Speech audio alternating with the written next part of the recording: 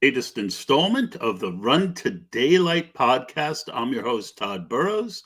I am joined by the man you see next to me, Jared Smola at Smola DS. The DS is for Draft Sharks.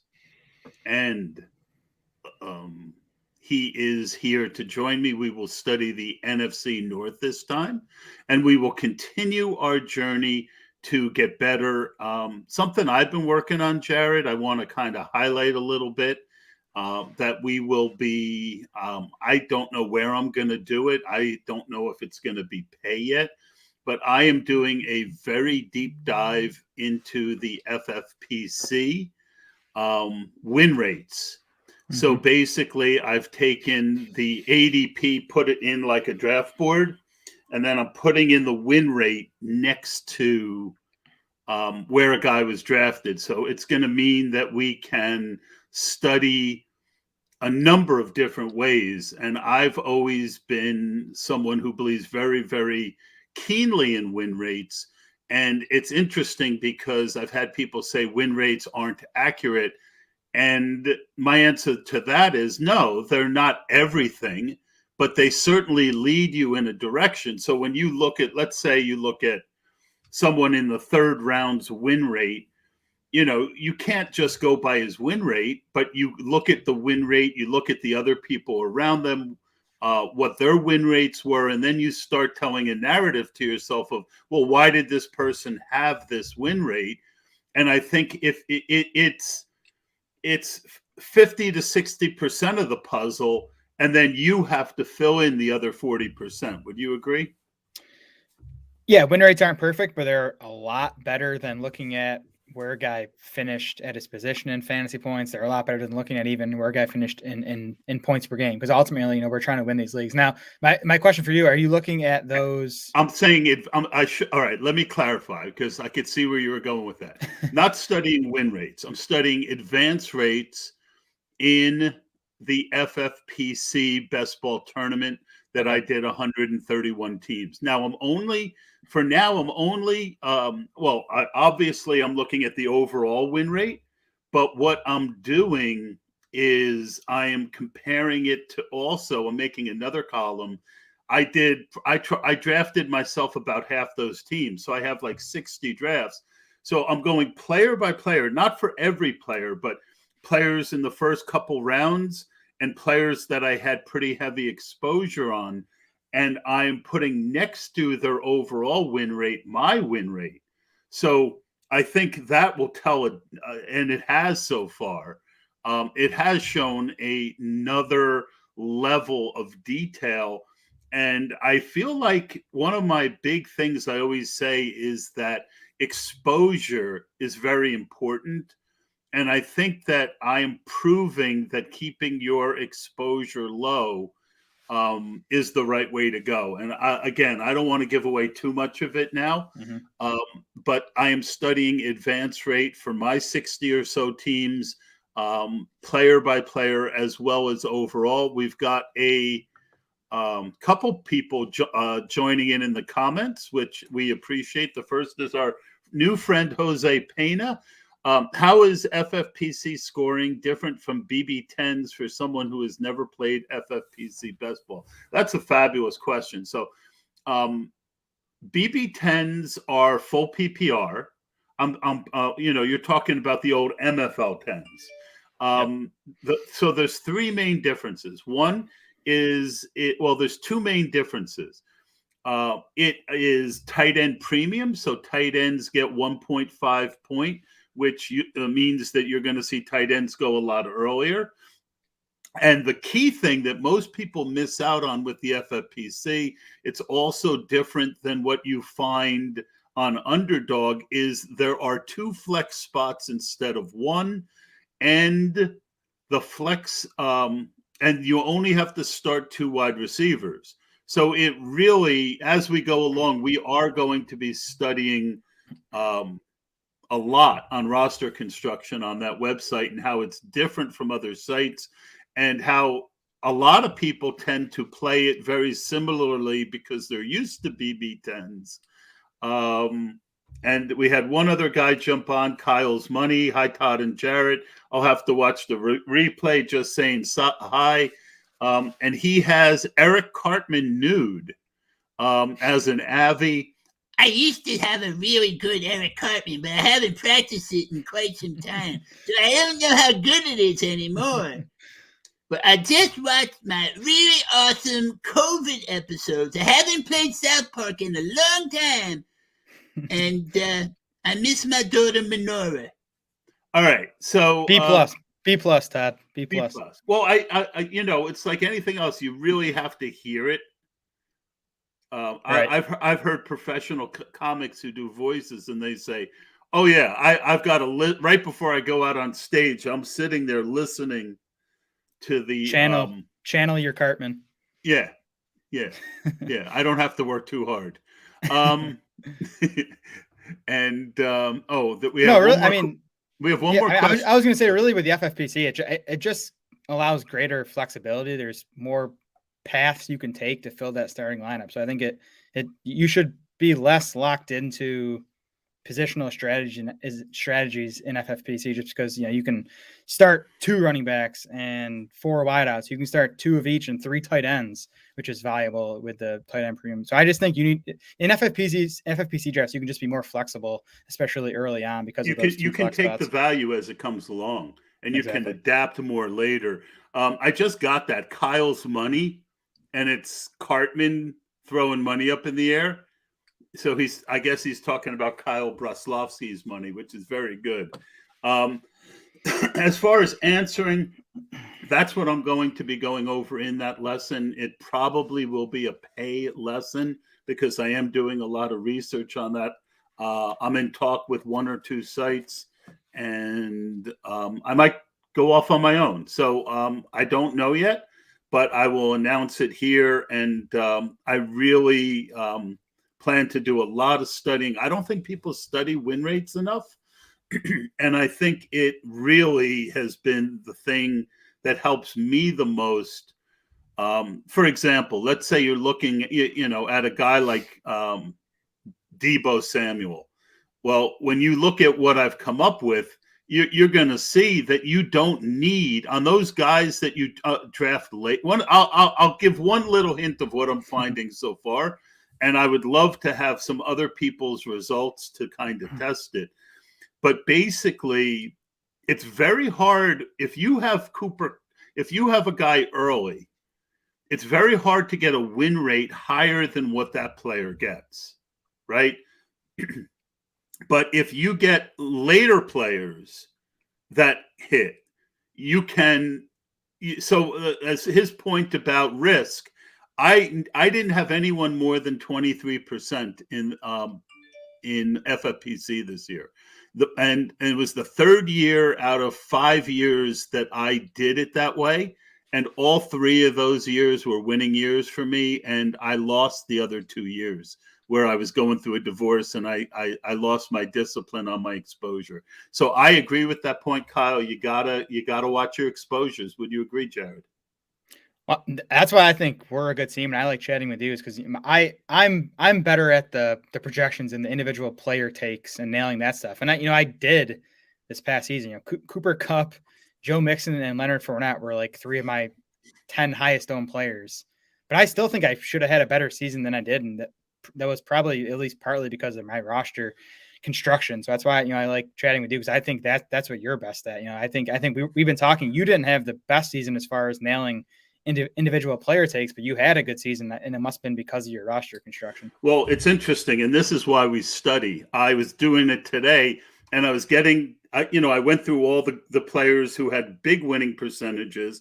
Then I went through all the guys who were right around even, and then what I noticed, because I put it off to my style as to why I won this year, despite only having 3% Cooper Kupp and only right around average on Jonathan Taylor, who had the 2 best win rates on the season. But as I was going through the fades, the mid to late round guys, we're not sharing quite yet, so I'll just go through it real quick.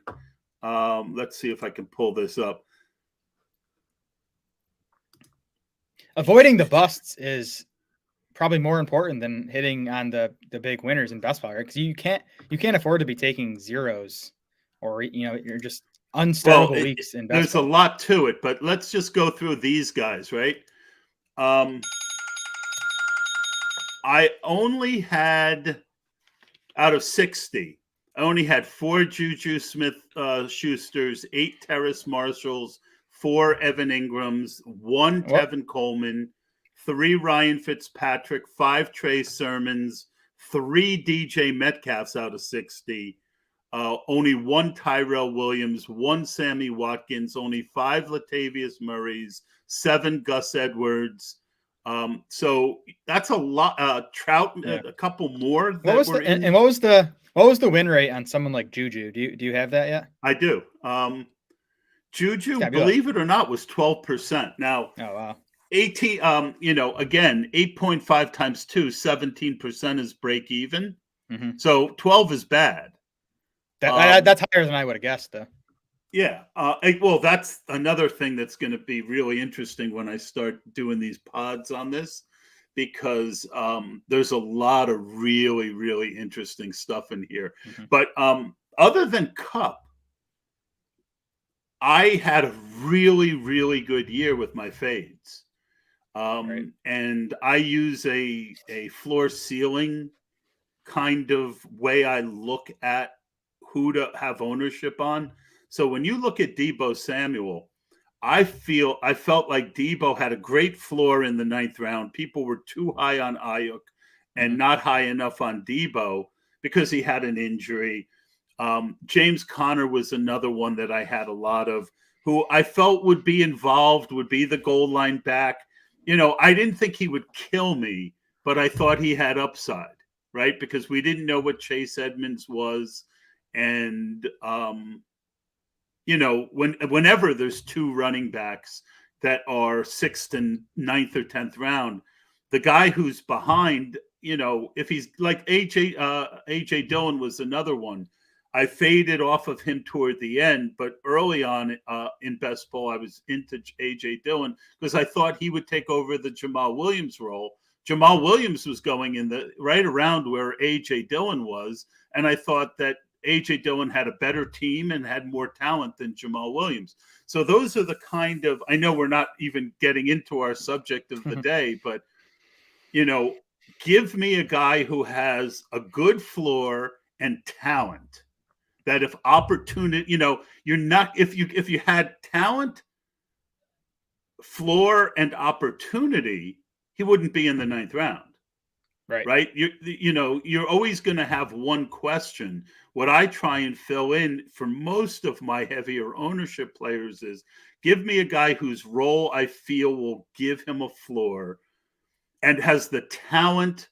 If opportunity changes, and that's why I was down on myself for not having hardly any Lenny Fournette, because he fit my criteria. And that's why I'm so on my anti-bias kick, because he had everything that James Conner had. Yep. Except that Gio Bernard was also part of the equation. Yeah. My thing with Fournette, and again, I think he was my highest owned running back this season. My thing with Fournette was he was the only guy in that Bucs backfield that had a chance to lead in carries and targets. We knew Ronald Jones was not going to lead in targets. We knew Gio Bernard was not going to lead in carries, but Fournette, we've seen him be a workhorse ball carrier. We've seen him, have high volume in the passing game. He had a couple, big catch seasons in Jacksonville.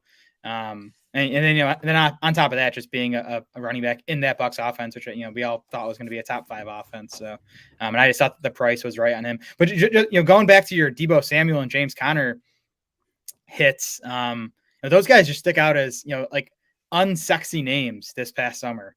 Like like you said, everyone was on Brandon Ayuk, so Deebo kind of got kind of forgotten about, and then James Conner just like an unsexy pick. Like people just kind of got sick of him underwhelming in Pittsburgh. So I think, both those guys just turned into values because they just weren't exciting picks. But again, like you said, if you look at the opportunity, you look at the talent, we knew Deebo had it. I think there was question with James Conner and what he had left in the tank. But the opportunity was certainly there. And, that made those guys pretty easy picks at ADP. Yeah, well, I just feel like Arizona with the what do you call that, air raid? Air raid historically is very good for running backs, right? You think of it as a passing Right. offense, but historically it's been very good for the running backs. So yeah, I mean James Conner. My glitch early with James Conner was exactly what you said, but then I just kept saying, well, but that offense, right? Mhm. That offense. So that's the fourth thing, right? We want to roster guys on good offenses. Um, because they're much more likely to give us consistent points. And then the other thing I plan on studying if I do pay content is spike weeks. Mhm. And I definitely want to find um, something that I think we talked about this a little bit last time. Spike weeks are huge in best ball. I've done studies on it in the past. Yeah. It is much better to have a guy who scores 30 points one week and 10 points the next than it is to get a guy who scores 20 points every week. How Yeah. you score your points and how you fit players who tend to have spike weeks. Is it because roster construction is more than 2, 5, 8, 3, or 2, or 3? People get so caught up in the numbers, but it's how Yep. you build each one of those position groups is it what I call advanced roster construction. That's really the difference between that's how you supercharge your teams, by Yeah. by Yeah. giving yourself someone who has a Yep. spike week potential. Like I always like mixing a spike week quarterback with a guy like Kirk Cousins. Mhm. Cousins isn't exciting, but every year he has a good win rate when he's been in Minnesota, and he goes late because he's not sexy. Back to your other thing, if you spend enough time on Twitter, you can just get a feel for who people are too excited about and who people are not excited enough about. And a lot of times it's just because, like you said, they're not sexy. Yep. Yeah, the spike week thing is a great point. What I would like to, and maybe I'll look into this offseason, is how predictable are spike weeks, and not on a week to week basis, but like looking forward to 2022. How well can we predict who those spike week players are going to be? Like, if a guy was a spike week guy in 2021, does that mean he's going to give us those spike weeks in 2022? I'm not sure how predictable that is. That, maybe that's something I'll look It into. goes by position. First of all, I have studied it some. It Okay. goes by position. Mm-hmm. It's very similar to win rate. It doesn't get you all the way there. But for most of his career, Ben Roethlisberger was a spike week quarterback. He would give you 3 or 4 30-point weeks a season, right? That doesn't guarantee he's going to do it this year. Sure. But, if you believe in a quarterback, it's, again, you're trying to fix a puzzle together. And knowing whether someone is more of a spike week guy and someone is more consistent, if you build that team that way over time, you're getting, let's say you're wrong that year and the guy doesn't have a big spike week. Well, then you don't lose anything as long as you're still right on the player. You just don't get that little bit of extra. Yep. I think at wide receiver is where spike week is the most predictable. A guy like Marquez Valdez-Scantling. Sure. I think at wide receiver, those home run threats are more predictable. I think at running back, a lot of it depends on touchdowns, which are less predictable. Yeah, well, I think that's a good point. I think wide receiver spike weeks are most tied to how the player is used. If you have a high average depth of target guy, those are almost by definition going to be more volatile because we know those targets are more volatile. Yep, exactly. And then so much of it. One of the other interesting things I'm finding is as you get later in drafts, like. This is you see the work that I'm working on. Yep. You look over here and you see I won with 50% with Juju. I won my one Sammy Watkins advanced. I got 21. Well, I don't want to go into it too much, but you definitely, the later you go, the more flexibility you have to be okay, even if you miss on a guy. Anyway, all right, it's time. We need to get to our subject, the one that we said we were going to do. We're going to study the NFC North, but I think that discussion was really great. And if I don't do it for pay, I definitely think you and I studying some of that stuff will be beneficial to both of us. I'd love to. And if we don't, I'll have to pay to read it. Well, I will definitely give you a discount as a contributor. All right, so let's go to the team, the Packers, who lost. And you see, this is a team that it's really going to be hard. And I think we talked about this right now. Right now, I'm doing one draft because a bunch of sharks got together. I'm really resisting starting to draft, because once you start to draft, you don't want to study as much. This is a team right now that has way more questions. Yeah. And we're going to go over some of the ADPs. But Aaron Rodgers, another amazing season. What was his win rate? 19%? No, I don't know. It didn't have a percentage next to it. Maybe I didn't. Maybe I missed him. He finished quarterback 8, which is about where he was getting drafted, I think. Yeah. Last summer, right? So yeah. Where am I? There we go. He was fine. Yeah, and right now he's going 7th. So as the 7th quarterback off the board, I gotta admit that I am less than interested in him at that ADP. Ahead of Dak, ahead of Matthew Stafford. Now, if he goes to Denver, I think everyone thinks that it's going to be this amazing thing, but he's going to be 39 years old. It could be a Peyton Manning situation, but I don't. I mean, I'm not drafting a lot right now, but if I was, I don't know that I would be taking Rodgers too much. I wouldn't avoid him, but I probably would try and match him. Even though we don't know that him and Devontae will be together. But right now, if I had Devontae, or if I took one of the Broncos ahead of him, I think I would be more inclined to take Rodgers.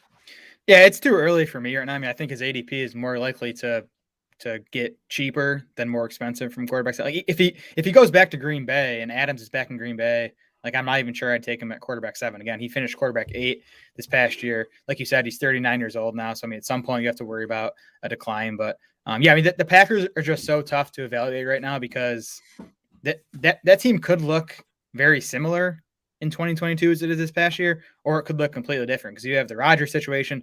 I think Devontae Adams probably just ends up wherever Aaron Rodgers goes. Even if it's Denver, I've heard whispers that Jerry Jeudy could be involved in any Aaron Rodgers trades. Then they'd have a spot to sign Devontae Adams. I just think they're going to end up together. So that makes me feel better about drafting Devontae Adams right now.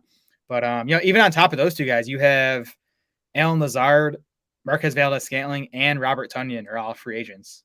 So there's just a lot of potential turnover in Green Bay this offseason.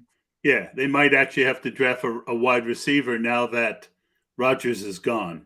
But let's go over to the running back situation. Yeah. So I drafted Aaron Jones around 3-3 or 3-4 in that one draft that I was telling you about. 3-4. And I got some crap from Nelson Sousa, who obviously is this is one where the bias can go the other way, where you respect the guy so much you follow what he wants. And that was something that was really hard for me the first couple years that I was hanging out with those guys. I did a lot better this year because I resisted a lot of their ideas. And I won't bore you with the reasons why. What's your thoughts on his his ADP is a little bit after that. So you took Jones in the third, then it looked like AJ Dillon went in the sixth. I think I saw that on the. Yep. All right. So right now he is running back 16. So I took him a little early, and I don't like looking at ADP when I do these early drafts, because I want to go by my gut with my first draft before I have any biases.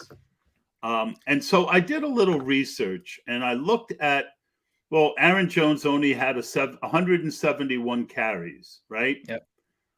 He missed some time though. Exactly. Even though he played 15 games, he played a few games where he wasn't 100%. Yeah. So it really was more like 13 games. And then if you look at the previous 2 seasons, when we were all happy to take him at the end of the first round, he had 201 carries in 14 games. So definitely less than that year because of AJ Dillon.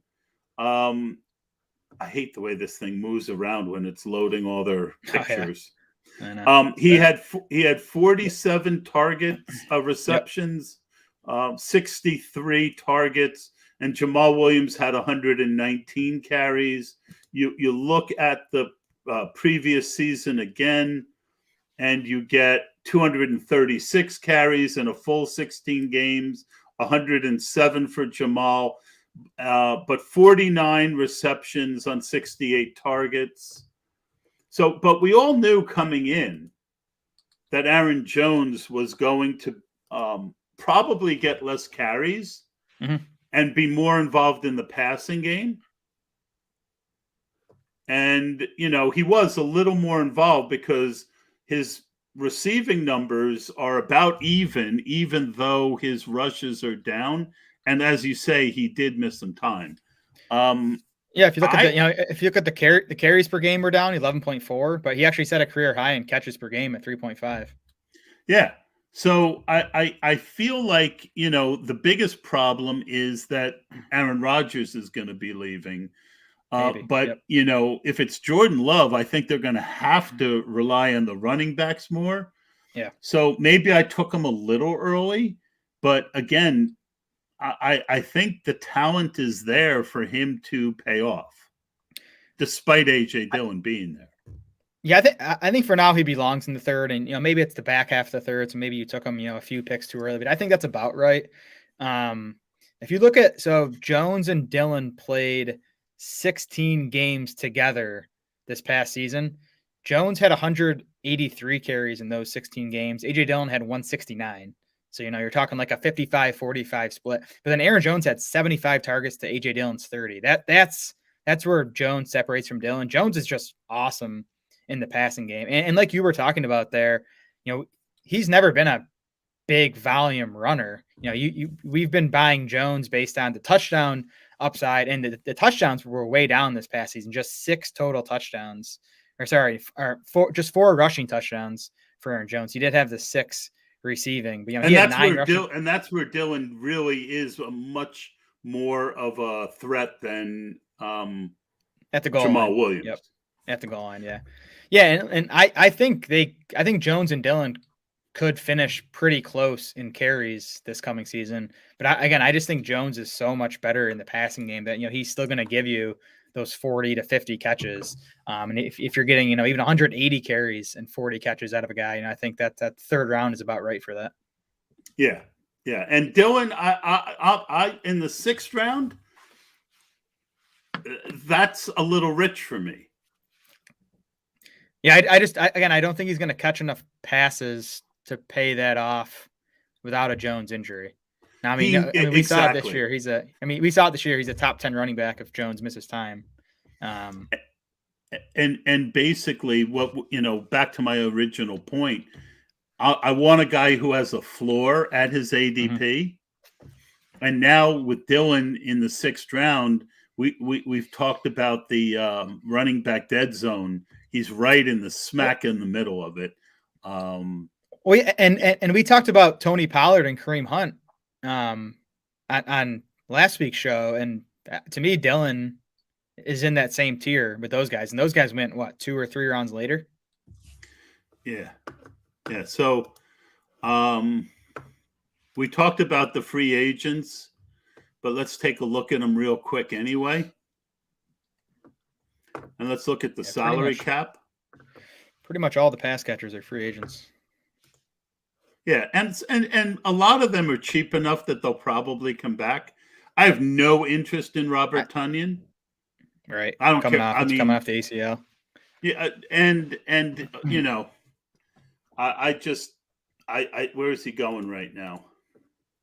I'd assume he's going pretty late, but I mean, there's probably other guys I'd rather take shots running on. back 171. Oh, yeah. So he is going late. You know, but he had that 1 year. That was just totally fueled by touchdowns. I mean, he scored in an outrageous rate. Wow, they really are all gone. Yeah, and there was I read a story, I think it was last week, that Rodgers wants to bring Devontae Adams with him wherever he goes, and he also wants to bring Marquez Valdes-Scantling with him wherever he goes, which is funny because Rodgers hated MVS as of like 2 years ago. You could just see it. And on Lazard the field. was the guy that he one day said, "Why don't we give Lazard a chance?" And Lazard, that was the first time Lazard scored a touchdown. Yeah. So, all right, let's go over to. I don't think there's much else to say on the Packers. Nope, that's good.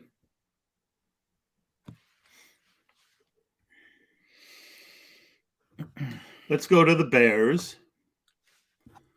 And what did I want to say? Brand new coaching staff here, so. Yeah, and we don't know yet who the offensive coordinator is. No, they hired Luke Getsy, who was the Packers quarterback coach for the past 3 seasons. Okay. He's never been an OC at the NFL level. He has 3 seasons of play calling experience in college, but I mean, he's kind of an unknown. We don't know much about him. But what we have found is people who are in that LaFleur system, that tree. I remember Dwayne McFarland talking about it with the Jets this year. It's a good system. Yep. I mean, I took Justin Fields in the 10th round, and I was really surprised he was there. Cole Commet went 1 pick ahead of me, and I was kind of hoping to get Commet coming back the other way on this draft. But over here, it'd be interesting to see. He's quarterback 15 right now. Oh, I love that. Yeah, I mean, for all the reasons that people were drafting him. I mean, he was going right around here, 10, 11, 12th round last year. Yep. To be able to, I have to believe that, he's a guy who's going to end up moving up. But now all I hear is people all excited to draft Trey Lance because they think Jimmy is going to be gone. And again, people and biases, right? Mm-hmm. What's the bias on Fields? He was awful this year. Well, he was until he wasn't. His last 4 healthy games, he was a top 10 fantasy quarterback in all 4 of them. Yeah, I mean, I had, how much Fields did I have? I didn't have much. Yeah, I mean, I think it's not ideal that he has to learn a new system again this offseason. But I mean, I think there's a good chance it's a coaching upgrade from what they had there this past season.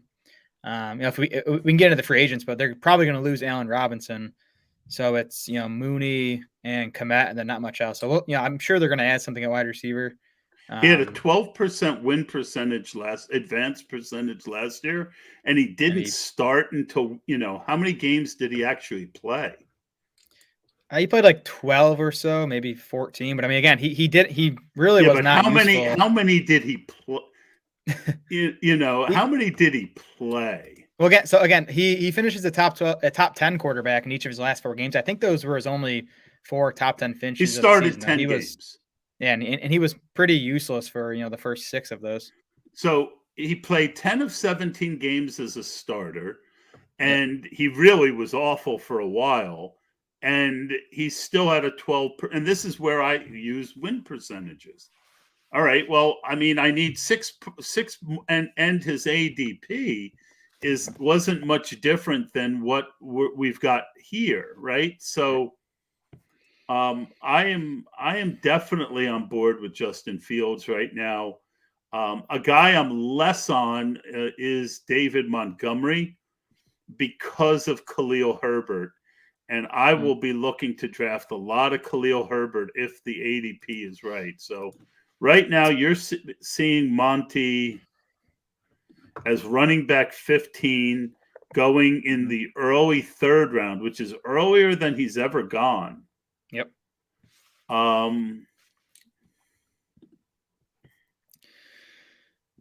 Yeah, I mean, I mean, Herbert was awesome when he got a chance. Go ahead. I'm sorry. But as soon as Montgomery got healthy again, he took back over as the workhorse, and Herbert was, playing at only a handful of snaps per game. So we'll see. We'll see what we hear out of Chicago this offseason if that's going to change. But I don't know. They seem to like Montgomery. It's a new coaching staff. We'll see what that means. But well, that's my point. My point is that what's our bias? Our bias is once Montgomery was back, Herbert didn't play. But we also know that we all thought that was stupid, right? And that Nagy was stupid for doing it. Yeah, no, I'm not as big a Montgomery hater as a lot of people out there. I think he's a good back. And again, I think it's not about that. It's about that. It's about that Herbert is a weapon, and it made no sense to not give him some carries. So I would my guess would be at running back 51, he's going to get enough. What's the percentage of coaches that use a workhorse running back to kind of 2/3, 1/3? Oh yeah, I mean there's like 4 or 5 like workhorse running backs left right now. So the odds are greatly in the favor of Herbert being a 1/3 back, right? He's got the talent. He showed the talent. But we're uncertain about the opportunity. Yep. And he's got a floor at his ADP. Yep. I mean, at 150. The other guy we can't forget about is Tree Cohen, who didn't play at all. I believe he's still signed there, right, for 2022. Well, let's look at that. Yeah, because if you get him in the mix, then you're talking about a 3-back committee, which is no fun. One thing I don't worry as much about is explosive players coming off a couple years of injury. Because, Tariq Cohen needs to be explosive. And he obviously had issues with that injury because, he should have been back, by October at the latest. So I don't know what happened exactly, but. Yeah, I am less concerned about him. He is on the roster. They can get out with only $3.5 million in dead cap. Mm-hmm. So he's going to need to be healthy. Yep. Let's look at their free agents. Allen Robinson, they're losing. Yeah, so everyone is going to be real. And Marquise Goodwin, who played the 3, and Grant, who played the 4. The big thing is, are they going to be, again, stupid enough to bring just Jimmy Graham back? I think Cole Commet. See, this is a team where I look at teams as, the old, is the arrow pointing up, is the arrow pointing flat, or is the arrow pointing down? And this is a team where I think the arrow was pointing up because the coach really did hold back this offense. Yeah. Yeah, I agree. I'm a big Fields believer, and I liked him coming out. And again, I saw enough over his last few starts to make me think that he's going to take a pretty nice leap in his second season. Now let's see where Mooney is right now, because people really like Mooney. Yeah. Where is he? So he finished 34th among wideouts in PPR points per game last year. Mooney was. Go ahead. And he's going as wide receiver 33. Okay. He was 11th among wide receivers in targets last season. And again, if they're losing Allen Robinson, we'll see what they bring in. But I kind of like Mooney at that price tag right now. I do too. And the other thing I've noticed is that once a quarterback and a wide receiver get on the same page, they tend to stay on it. Yeah. You know, if a quarterback likes throwing to a guy, it's really rare for him to all of a sudden not get off there. So back to my, floor ceiling combo, I think Mooney definitely fits that mold of a guy I wouldn't mind building some ownership on. The only downside is he's around a few players: Marquise Brown, Brandon Ayuk, Odell Beckham, Robert Woods, Chase Claypool, and even Jerry Jeudy. He's right in a range where I like a bunch of the guys there. So just like my whole thing with win rates, with exposure, a lot of it depends on not just how much I like you, but how much I like the guys around you. So I could also see myself being barely over weight on him, not because I don't like him, but just because there's a lot of options that I like in this range. Well, yeah, and that to me tends to kind of be a sweet spot for wide receivers in general. That's kind of an area of the draft where I tend to be loading up on wideout. So yeah, it looks like that'll be the case again this year if these ADPs hold. Yeah. Yeah, and now let's look at Dylan. Is he right in that area? He's probably going ahead of Mooney, right? Let's see. We should note too that underdog is half PPR. Yep. So someone like Dylan does have some more value on underdog than FFPC. Yep, but he's going right above them. Right above that range. So in a FFPC, he probably will end up going right in that range. Yeah. Right in the same range. Last guy we want to look at is Cole Commet. Didn't score a touchdown all season. He was top 12 among wide receivers in targets, catches, and yards, but did not score a touchdown all season. 17th tight end. See, he's a guy I've been lower, or at least this past year I was lower than consensus on. But at tight end 17, I like him there, and I might have him a spot or two higher. But I'll definitely be willing to take some Cole Commet there because he should be locked in as their lead guy. And again, he just didn't score a touchdown last year. If he scores 4 touchdowns, he finishes as a top 10 tight end. Yeah. I mean, and then there's a real break, right? So you look ahead of him, there's Freiermuth, there's Gesicki, there's Fant, there's Ertz. I would definitely take him over Higbee. I would definitely probably take him over Hunter Henry, although it's close. Yeah.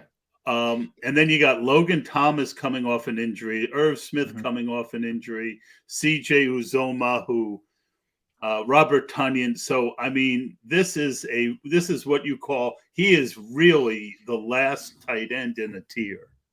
Yeah, he should definitely not be going any lower than that. And yeah, like you said, I think you can argue him, 2-3 spots higher. All right, that'll do it for the Bears, I think. Yep. I would say arrow definitely pointing up. Agreed. And if you guys, anyone who's listening, if you've got questions, you can jump in the comments. We'll be happy to take your questions. The Vikings. So a lot of things still to be determined here. What are your overall thoughts on the Vikings? Yeah, I mean, we don't know who's going to be coaching this team right now. They got their GM, but Mike Zimmer fired Clint Kubiak. I'm assuming he's not going to be back. So, brand new coaching staff. And then the other big question I think is Kirk Cousins, who, if you pull up his contract, he can't be cut. It's just a massive charge if they cut him. But he's a potential trade candidate. So that'd be a big domino, obviously. If you trade him, that's a $45 million dead cap hit. So you don't gain anything by trading him. Yep. And you've got a lot of talented pieces around him. So I didn't realize that, and that's why we studied, because I'd heard on Twitter, you're not going to trade Cousins. Why do everyone keep talking about it? And everyone keeps talking about trading him. The one thing that I am very all right. So this is where I feel there's an advantage. I mean, we know what Kirk Cousins is. If he's back with Justin Jefferson, I mean, his win rate every year is good. Oh yeah. Right now, he is going at quarterback 16, which is a little higher, right around a little higher than where he normally goes, but right in that range. And he's finished quarterback 11 and quarterback 9 in fantasy points the past 2 seasons. Yeah. And I've always owned a lot because he's always undervalued. Yep. And he's a great guy. Like I always seem to have him with Russell Wilson, who historically has been a spike week quarterback. He wasn't this year. And that way on Wilson's bad weeks, you have Cousins. But when you look, again, and the tier, you can actually see the tier drop. He's 10 picks lower than Fields and Watson. Brady obviously is going to really start dropping. But the guy that I'm most down on is Dalvin Cook. And the reason is he's going as pick 8 or pick 9. In the FFPC, he's been going right now, right at the turn. And I get why you would think, well, he's a big discount over where he was. But there were 2 things. One, he's run behind that Kubiak Shanahan. What was his? Yeah, that Kubiak run scheme, which is kind of the nuts running scheme. Yep. And they've also fed him as a true alpha. Yeah. So that's, when I'm kind of doing my weighted scales, those are 2 things that could definitely change in a negative way. Yep. And I just don't see him crushing me if I don't take a lot of them. Yeah, I mean, you can't get crushed that much by a guy going 8 overall. I mean, what's the best he can do? Beat that ADP by 6 or 7 spots. I'm kind of with you. He just feels like there's more risk than potential payoff at that price tag. And he could finish RB2 or RB3 again, and maybe he has one more big year left in him. But you mentioned the coaching change is a potential concern. All the carries he's racked up. He's obviously had injury issues. He's missed 8 games over the past 3 seasons. He also has those legal issues that are still unsettled. I don't know where that's going to go. I'm not an expert in that department. But there's still at least a chance he's suspended for part of this coming season. So I'm kind of with you. Like I'd rather jump off a year too early on Cook than take him this year and he misses time with suspension, injury, or whatever it is. Yeah, and Alexander Mattison therefore becomes more interesting to me. Back to the point that I made with one of the shows that I did with you and Matt. I don't remember with which one of you. That if I'm down on Dalvin, that I should be more interested in his backup. So that if I'm right, I'm gaining because they really never played Madison much with Cook healthy. That could change. Yeah. And he's good, right? Like he's not bad. And he's like 80% of Dalvin. He's a good back. Yeah. And he caught almost as many passes as Dalvin this year. And he definitely started more games, but you see they really still didn't increase his workload other than the pass game. So with Clint Kubiak instead of his dad, they used Madison way more in the passing game. I remember like every time Dalvin was out this past season, we would have Madison ranked as like a top 3 running back on the week just because they used him in a better role than Dalvin Cook. When Cook was out, because when you had Cook in there, you had Madison mixing in for a few touches. But when Cook was out this past season, Madison got 100% of the running back touches. So he's the best handcuff in fantasy football.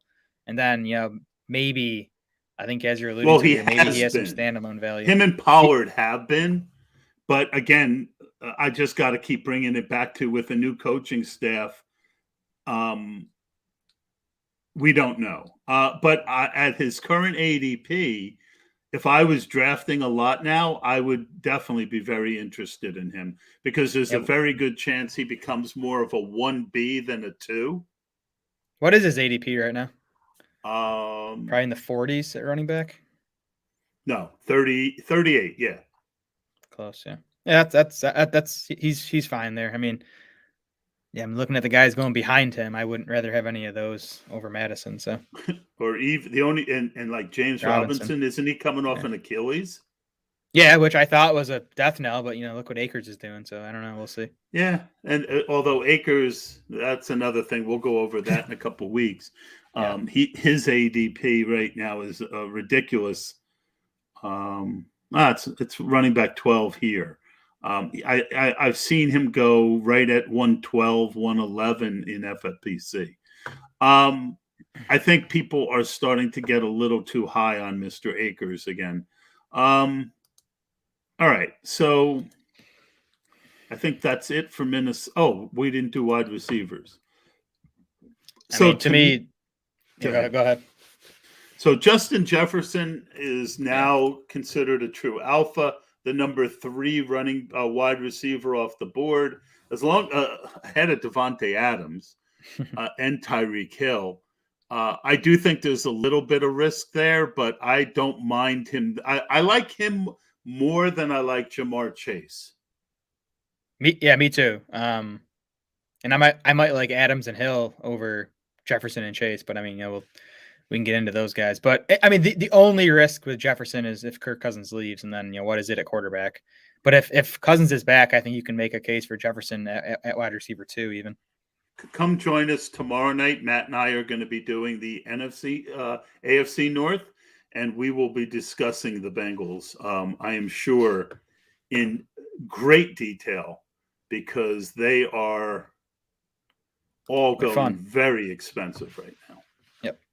All right. Last and definitely least is the fun Dan Campbell-led Lions. And I want to look at Jared Goff's. We don't know who's going to be the offensive coordinator here yet either. They let Anthony Lynn go, and they have not hired a replacement yet. So I think that Dan Campbell did a really good job calling plays. Oh yeah, I mean, I think Detroit shockingly, overachieved. Yeah, and I think that I'm sure they're going to hire somebody. Mm-hmm. But I don't know that it's going to be impactful. I think Dan Campbell is going to probably call plays. I can see that. And if he doesn't, if things go south, I think he'll be back doing it pretty quickly. Sure. Yep. And again, he did a very good job with it. So Jared Goff, he ain't going nowhere. With a $30 million dead cap hit, I wouldn't be shocked to see them draft to try and get a quarterback for the future. Yep. But I think Goff's going to be there. We all know what Jared Goff is.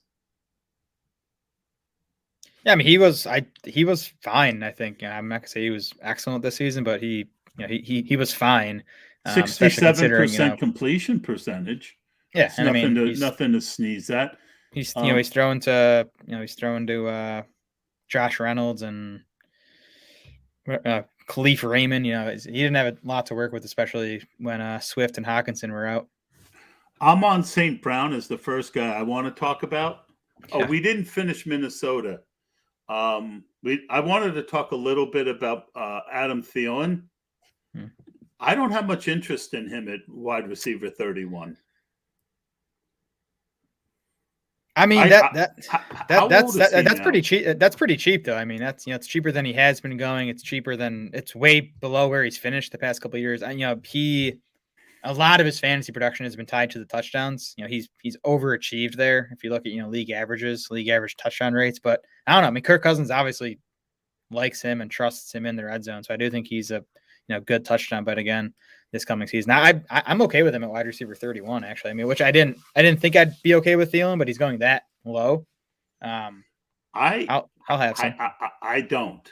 I feel like he's really slowing down, and he's 32 years old, and he's coming off injuries. I mean, boy, you know. Yeah, but to me, that's baked into the ADP at wide receiver 31. He's finished 11th and 16th in PPR points per game over the past 2 seasons. So you're baking in a drop off.